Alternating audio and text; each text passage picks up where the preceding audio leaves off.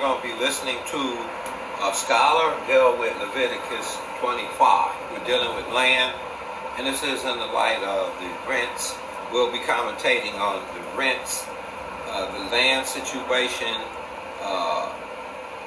real estate, and from a biblical perspective, what can we do about it?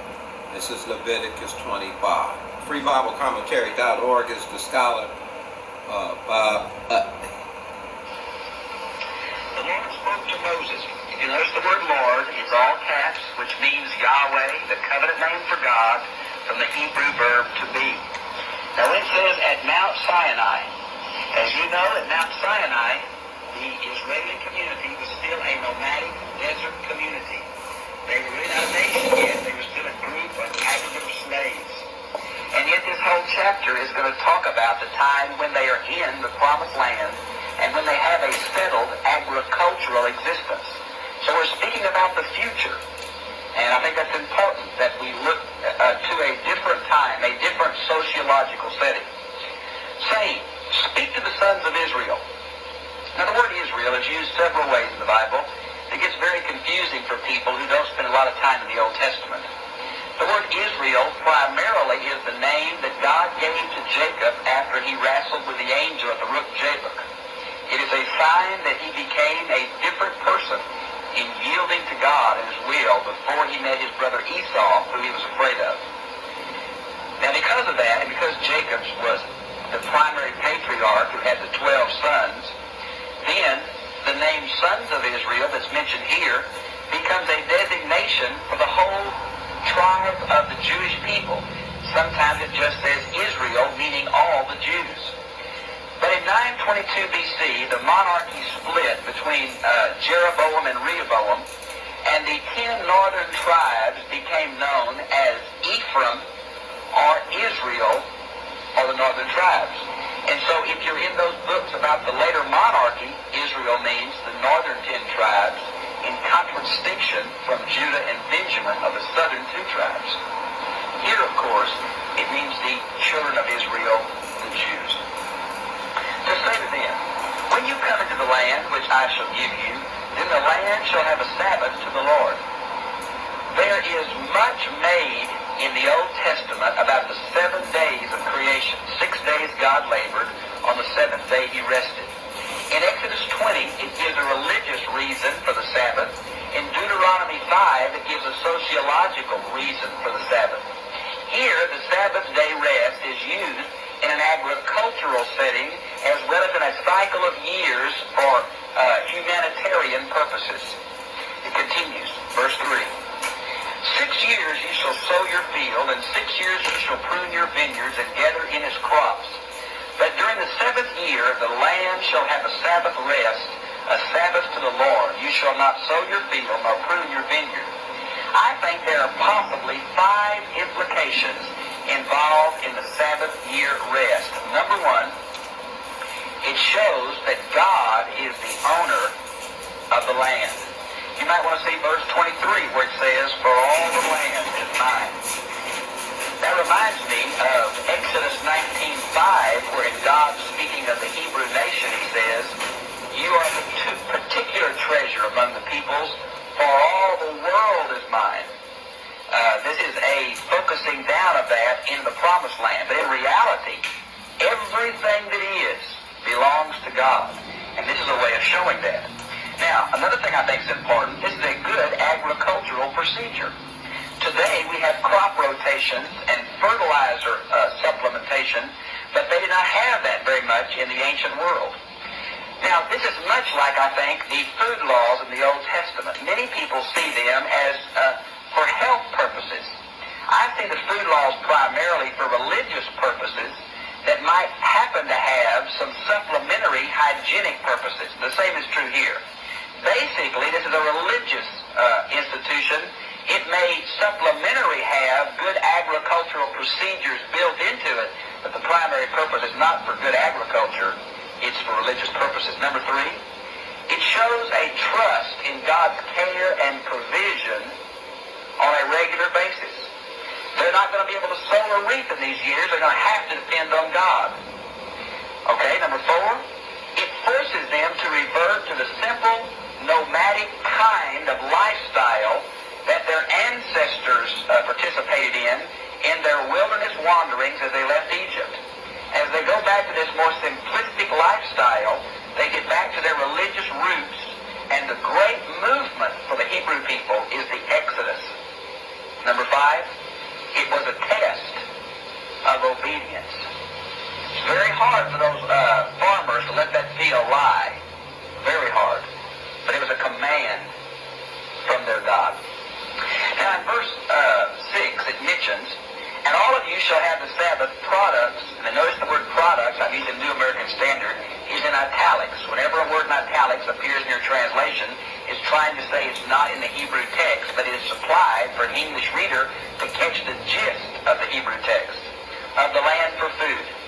This means that even large estates or landowners could not fence their land off. Now, even in normal times, Jews agriculturally did not reap to the corners of their field. They left the gleanings for the poor. You might want to see the book of Ruth. But here, all the land belongs to all the people. And anyone could go anywhere and eat the produce that naturally grew. You know how you can't glean a field completely, and next year there's some seeds that sprout. That's what it's talking about. But where the grapes appeared, anybody could come in and eat those grapes that year because they were holy to the Lord that year. It's a way of signifying that the people are holy because all of them participate in what's available. Now, notice in verse 8. Now you can see clearly that's not here. Okay? In this country, we don't do it like that. Their culture is different. So when you say you're a Christian, Judea, value, biblical faith-based nation, then with your land you would seem like come close to this. This is talking about people leaving things for the poor. We call it, in a capitalist society, socialism or communism, if it's all equal, shared, those two. And I think those are the two isms that really caused us to err.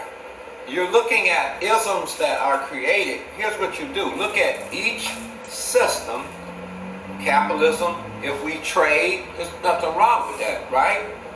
It's just when greedy people become so greedy that you will die, you don't give me $5,000 for this pill. Okay, that's ridiculous. Then capitalism has no meaning, but just usury. So when you look at socialism, government takes care of people. We saw Venezuela fall, but there are Netherlands, you have Sweden, you have crime low, needs met, same health care. So that's the good part you can pick out of it. Whatever else you don't like, throw it away. Communism, everyone has are treated the same. That's all these isms that have failed because of corrupt men that can't keep those laws. They all been abused and misused. The ideology that God gave us this earth and there's abundance for all. It's not going to be preached. There's someone got to manage, and that's good, but it would be better if we just all knew and respected.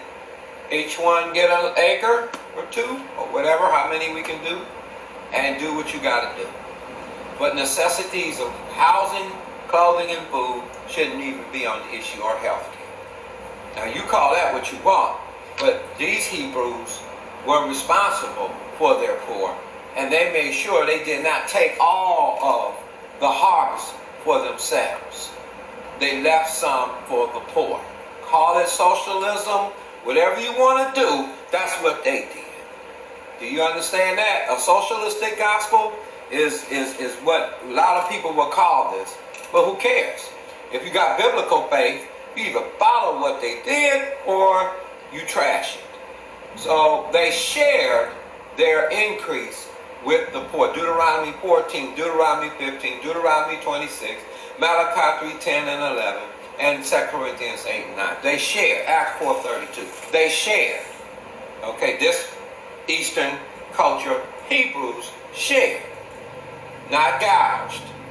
Not tell the people that's poor, now that you help me get rich if you just work hard.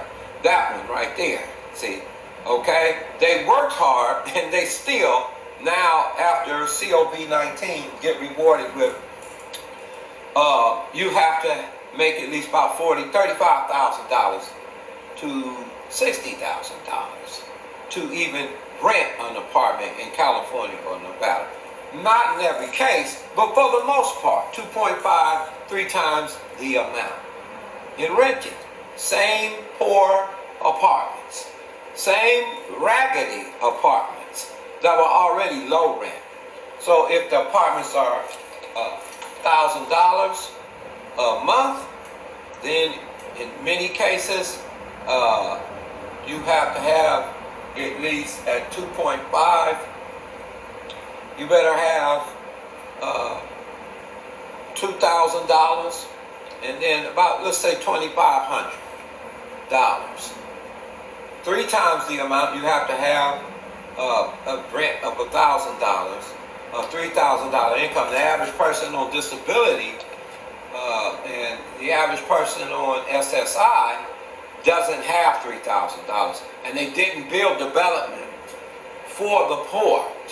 California just released, $10 million for some poor development for poor, housing, but it's too late. The capitalist society has allowed through private buying and selling and give me the house and use the house, whatever, to the renters, and they get hit hard because the banks who got bailed out have no mercy or forgiveness and compound your interest at the same time. That's the reward you got from them on COVID-19. We're in this together thing, right? For those that were late on payments, you know what I'm talking about. So you have all of that in there, and you have the fact that they won't take you regardless of your low income status. So the poor got crushed coming out of COVID-19 as we speak, with 1 million immigrants, about 800,000 they cleared. They called 200,000. Listen, brother, the law of scarcity, inflation, you have that combination punch. Well, what they would have done with no welfare, no unemployment, no means whatsoever to look to any government, their government said, well, you're going to leave this for the poor in the 3rd year. Yeah, you're going to have feasts. You're going to give to the poor. In the 3rd year, you're going to leave the 4 corners of the fields to the poor. You're going to be responsible for the stranger, the widow, and the fatherless in your gates. And only the traveling person coming into their group would be charged with interest. And the land went back to the original owners regardless of the debts. Their debt was not, I forgive you of your light bill. Their debt was the land goes back to the original owner in Jubilee in the 7th year. Now that was what it was supposed to do, original owners on an IOU. That we don't practice that. So we're not Judea. See? We're not Judea. Just straight up. So your society is not Judea, it's capitalist. Now, it's not Hebrewic. It's not following Leviticus 25. Let's get that record straight for all you Christian conservative nationalists and left-wing nationalists, whatever you're doing out there with them politics, trying to connect the nation as far as it operating. And if you think you're the chosen, if you're Britain or if you're American or if you whoever you are, if you think you're chosen, right? Yeah, you're supposed to be doing this as an Israelite in heart. Or we don't keep the law, right? Which one is it? Christ delivered us from the law. But here, if you're going to boast about your nation and how it's so Christian or like Judean, this is what it looks like. Does Israel do this today? I'm going to leave that alone. Let's keep going. You are also to count off 7 Sabbaths of years for yourself, 7 times 7 years, so that you have the time of 7 Sabbaths of years, namely 49 years. And then in verse 11, the time title of this is going to come, the Year of Jubilee. Now there is much misunderstanding about exactly how the seventh Sabbath year and the Year of Jubilee are connected. Some see the 49th year as the seventh Sabbath, and the next year, the 50th year, as the Year of Jubilee. But it seems very hard for me to believe there's two fallow years together. I probably, in my understanding, see them being together in being the 49th year was not the seventh Sabbath year, but also the Year of Jubilee.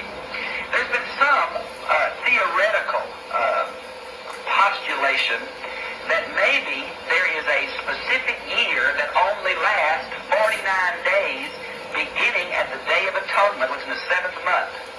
Now, this is said to be a year that gets the calendar back on schedule. We have something like that in our February 29th. So every 50 years, the Jews might have had a special short year that got the festival calendar back on track as a seasonal thing. We're just not sure about that. Now, notice what it mentions in verse 9. Then you shall sound the ram's horn abroad on the 10th day of the seventh month, on the Day of Atonement, you shall sound the horn off of the land. Now, the shofar, is a ram's horn. When I was in Israel, I tried to buy one, but they were so expensive. They're a certain horn of a certain animal. It's done by hand. They're very hard to blow, but they became a traditional sound for bringing in certain feast days. The Day of Atonement, you might want to see the 16th chapter of Leviticus, is the only set fast day in all of the Old Testament.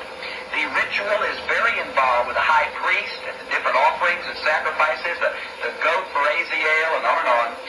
It is a day when Israel corporately repents and offers sacrifices collectively for the people, except for those who sin intentionally. Now, by the way, the word Jubilee is going to appear in verse 10. Let me just read it. You shall thus consecrate the 50th year and proclaim a release throughout the land to all its inhabitants. It shall be a jubilee for you, and each one of you shall return to his own property, and each of you shall return to his own family. Now, there's been much discussion about the etymology of the term jubilee. In Hebrew, it seems to mean a protracted noise, and came to be identified with the blowing of the ram's horn. But that etymology is not for certain, because the Septuagint translation, the Greek translation, makes it mean release. And you see that word is also here in verse 10. Exactly what it means, I don't think we know. But obviously it's this special holiday that has to do with the 49th year, or the small year, or the 50th year. We're not sure which. Now it says a release. Back in Isaiah chapter 61, verse 1, this is one of the prophecies that relate to the Messiah. He should announce a release to the captives. It's also fulfilled in the life of Jesus in Luke chapter 4, verses 18 and 19. So you might want to see that as a messianic typology in this chapter. When it says, each of you shall return to his own property, one of the purposes of the Year of Jubilee is that there be no landed aristocracy in Israel. That every 50 years the land would automatically revert to the original tribal ownership. As you know, the land was divided among the tribes by lot, and every tribe received a certain part. Every 50 years they were to go back to that original tribal allocation. And every slave was to return to their own family or be released. This was the humanitarian purpose, to help the debtors get a fresh start, and not to develop a rich class and a poor class among the people of Israel. And I think you can see the purpose. Which we saw in the book of Amos. In Numbers 36:9, we have the idea about returning to our own family. In Isaiah chapter 5, verse 8, we see that a rich class did develop in Israel that tried to put land to land and vineyard to vineyard and caused great problems, as it has in every country in the world where greed has dominated human need. Now, notice what it mentions. Let's see. Greed. Let's get down to verse 18 if I could. So you shall thus observe my statutes, keep my judgments, so as to carry them out, that you may live securely in the land. And chapter 26, verses 3 through 13, the blessings of keeping God's law are specifically delineated, and you might want to see that next. So you tell me, were they not cursed when they went into captivity?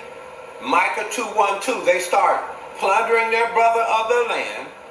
And then in the book of Amos, the setting was, the gap was the rich and the poor. Go do your commentaries. And then the righteous was sold out for a pair of shoes, making pledges, vows, bribery, covetousness, and greed were the banner themes of the day, with sexual immorality and false religion. So they went into captivity. They went by Syrian, they went by Babylon. Those practices of oppression took them down every time. Now, if you want to claim to be a Christian nation, and you say you're a Gentile, you've been grafted in, Paul comes out and tells us, well, if God didn't spare them, what make you think that God would spare you? He has no favorites. Just like he used them to punish the sins of the nations when they filled up, when they sinned, they got punished. No respect to persons here. We're talking about justice now. And when we go into every society, there's been injustice according to God's righteousness. Christ met that. But you can't give God praise, appreciation, and gratitude if you're giving back injustice. So to fall short of the glory of God, of giving him praise, with one area would be in the stewardship of the properties that we have in our land today.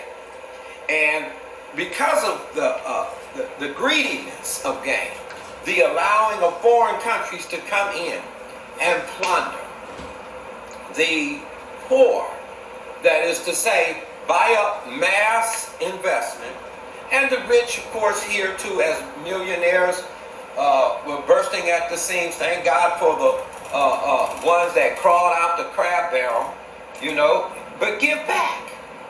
Not against success, but what we're saying is give back. So, wouldn't that make sense? To give back like the tree, life, than to keep taking and keep hoarding? Shame on the country if we are the richest country in the world, and right now in Nevada and in California, with not a shot fired on CNN, Fox News, or any news station, that the new way of doing business, especially running through rampant up in Nevada right now, is you have to have 3 times the amount of the income. Now I'm talking poor apartment complexes that originally built apartments running $500 at one time. So now the people that stayed there would be disabled people who got injured on jobs. Some of them got full benefits, some partial, no fault to theirs, back cracks, all kind of stuff. But yet they worked in the workforce years and years and years and years and paid their dues. And right now, if people are on SSI in California, you try to go to Vegas or you try to go to places, Sacramento, whatever, Citrus Heights, you're going to have 3 times, 2 times, 2.5 the amount of the income. And you better not, because it fraud. You must prove that income. And playing a dangerous game of fraud would not be a God idea, would it? No. So that's oppression. You see that? So who's going to have the back of the disabled?